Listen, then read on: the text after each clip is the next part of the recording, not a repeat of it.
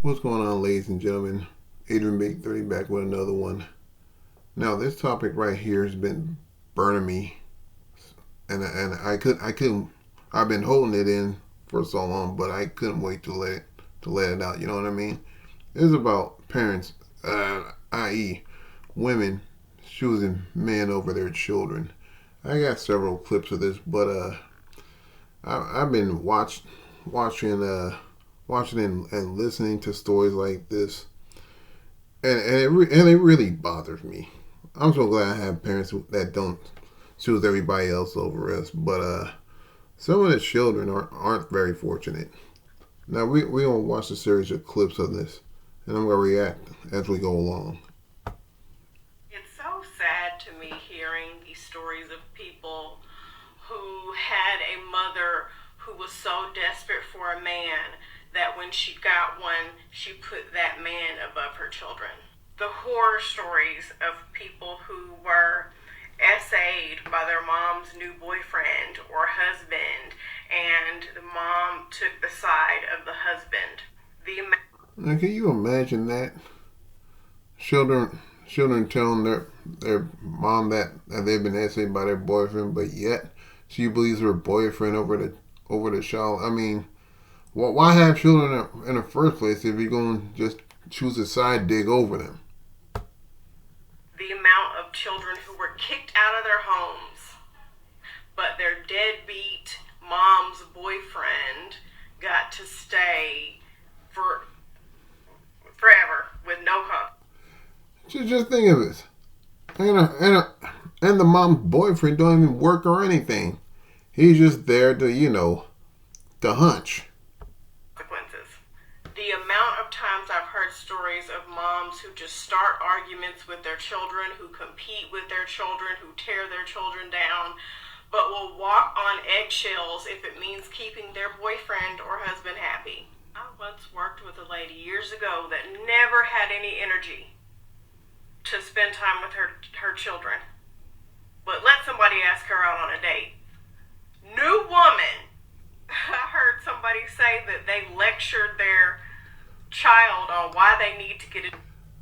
This kind of remind me of a certain dating show where women go up there with a bunch of children looking for a man that's tall, dark, and handsome that makes six figures. You know that show?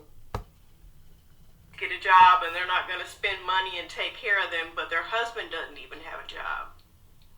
I'm spending so much time talking about singleness and being satisfied with being single because of stories like the ones that I just shared with you that I've heard from people. And I get it. You're lonely. Times are hard. It's hard financially to make it. But what I want people to get through their heads is that lonely. They always like to say that they're lonely. Hello, you got children living with you. You're not lonely, but I guess you're lonely without a man being present by your side instead of the children's side. Loneliness doesn't necessarily have to be filled with romantic love.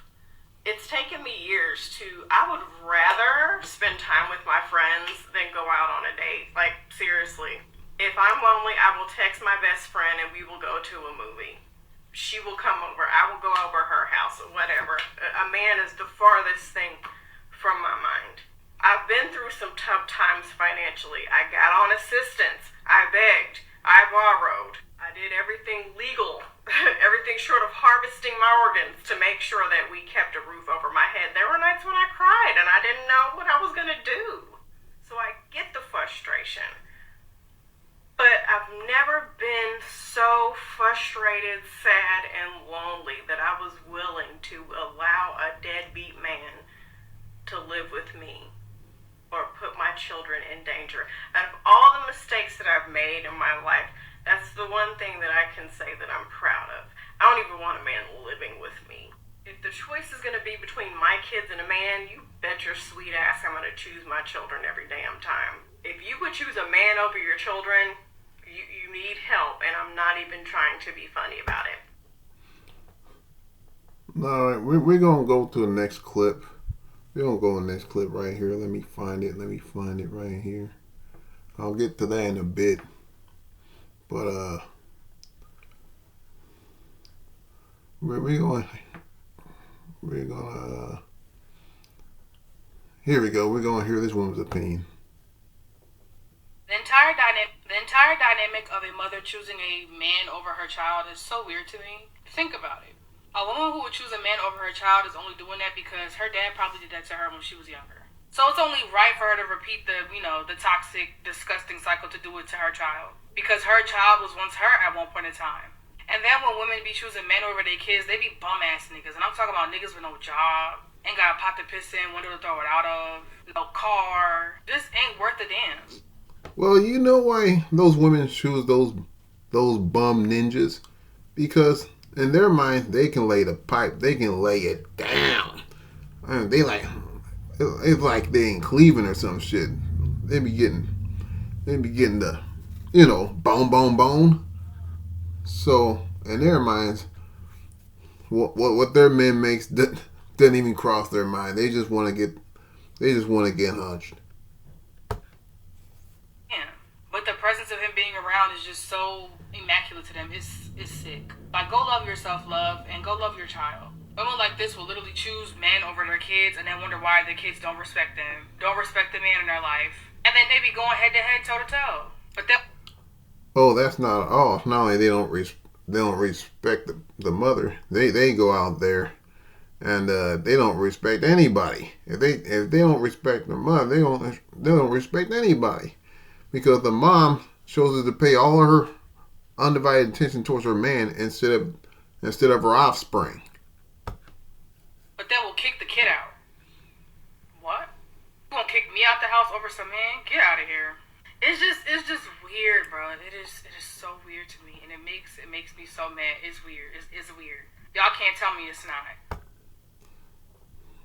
All right. We're gonna go to the next clip right here. The next clip is I know it's a skit, but it further drives home the part. I'm a parent who puts my relationships before my children. Yep. As soon as you start dating someone, it's like you forget we exist. It's not that I forget you exist. It's just that I don't have much self-worth. And when I meet someone, I lose my entire identity in the idea of them loving me. Now this part right here, the mother is only concerned about her needs, her feelings, and instead of the feelings of her children. But she had to satisfy her urges somehow. Even though I end up with a lot of jerks, every time I fantasize that this will be the person who finally rescue me. And in the process, I neglect you and your brother. It's not that I don't love you, it's that I don't love me. Well, you also let your boyfriends be mean to us and yell at us, and you don't stand up for us. I know, I'm desperate for their approval. I had a really dysfunctional relationship with my father. He was abusive. So instead of seeing abusive men as a red flag, I'm actually drawn to them, because I'm wired to find comfort in those types of men. Okay. Now imagine if their daughters didn't have a father around. Would they have that same mindset? Oh, hey, my father's not around, and my mom my mom's boyfriend treat her like garbage. Will this be the way to go if the daughter mirror the same behavior as her mother? Okay, here's what I'm learning. I'm a burden, and I can feel that you want to spend all your time with whoever you're dating, and that sometimes we feel like we're holding you back from happiness. Especially since you usually find people who don't like kids or don't seem really interested in us or our lives at all. This is really impacting my self-esteem, and I'm going to repeat the same pattern, looking for self-love in men who don't treat me well or use me in some way. I'll always be looking for the love you never gave me in every person I meet. I'm a parent who... All right, this last part right here, it really bugs the hell out of me. Not only bugs me, but it infuriates me.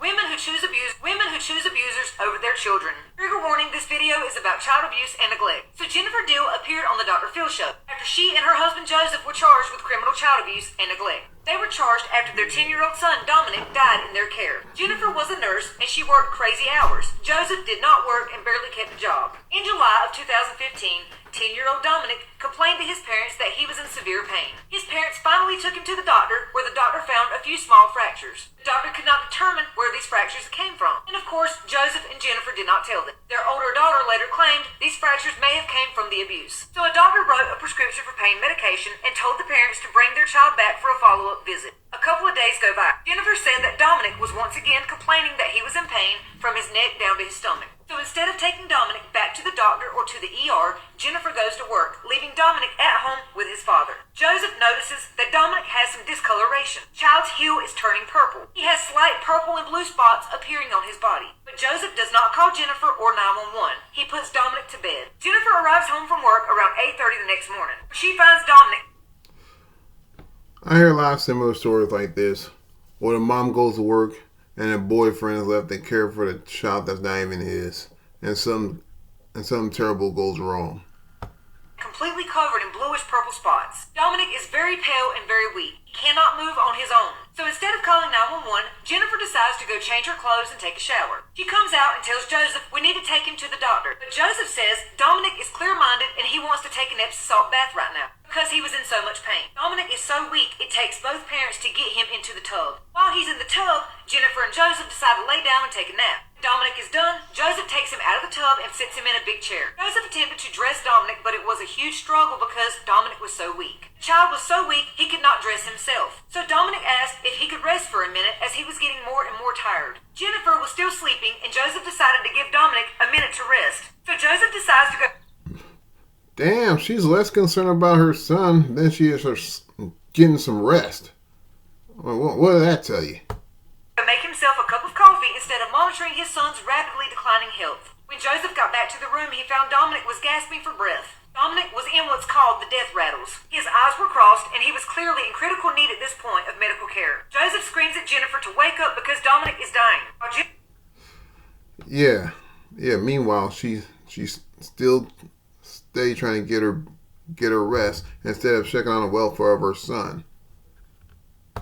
Jennifer starts doing CPR. Joseph claims he's calling 911, but for some reason the phone isn't working. She tells Joseph that she's just so tired they need to switch places. She'll get on the phone while he gives CPR. Ambulance arrives and medics start compressions, but Dom flatlined. Unfortunately, it was too late and he died at Cumberland County Hospital. He died of an hydrocodone overdose due to sepsis. Because he's underage, we can't access his autopsy report. We have to go by what the Dr. Phil show found, what Jennifer and Joseph said. Now get this, Dominic is not their only child that died under suspicious circumstances. They also had a 2-month-old baby named Ezekiel. That baby was also left alone at home with Joseph. Joseph claimed he woke up and the baby just died of SIDS. Joseph claimed he was not under the influence of alcohol or drugs the day the baby died. But his daughter says that's a lie, and that he severely physically abused every child in that home. Jennifer admitted she thinks her husband has something to do with their deaths. Jennifer is fighting to get Joseph released from prison.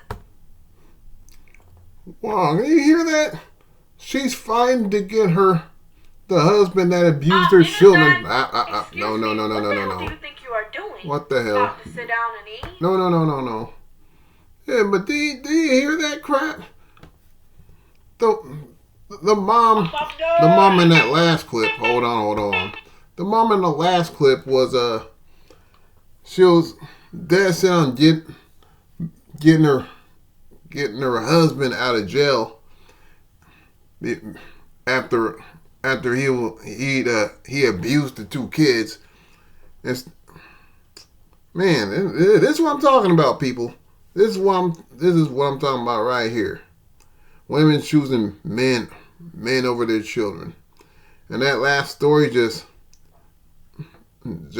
solidifies everything. Solidifies this video. Well, I'm about to go for now. If you enjoyed the video, push the like button, subscribe, and I'll catch you guys next time.